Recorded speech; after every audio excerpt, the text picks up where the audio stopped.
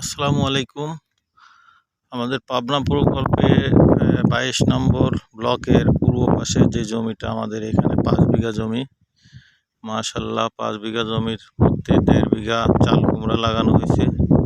চাল কুমড়া এখন ধরা শুরু করছে, ফুল ফল জালি ভর্তি। এখন এমনি ৮টা-১০টা তুলছি, কিন্তু এখন প্রচুর পরিমাণে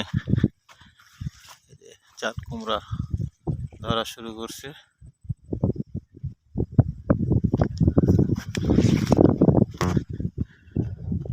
এই হচ্ছে চাল কুমড়ার মাচা, ফুল ফলে ভর্তি গাছে। আশা করা যায় 10 দিনের মধ্যে প্রতি সপ্তাহে ১৫০-২০০ পিস করে উঠবে।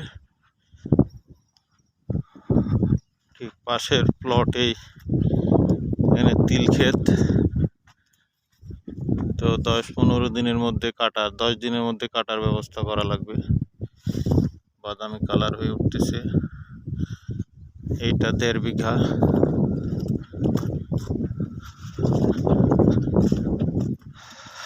ঠিক তারপরে আবার 15 দিন পরে এটা মনে হয়েছে এটা ১ বিঘা তিল ক্ষেত।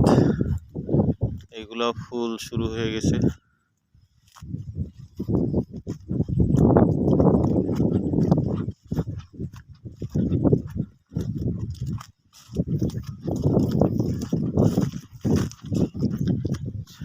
ঠিক জমিনের পাশ দিয়ে কিছু কাউন লাগানো হয়েছে। এইগুলা কাউন, এই যে কাউনেরও বাইল বের হচ্ছে। আর লোকাল কিছু আছে, এটা ভুরা ঘাস বলে। এটা ছাগলের খামারে আমরা খাওয়াবো আশা করতেছি।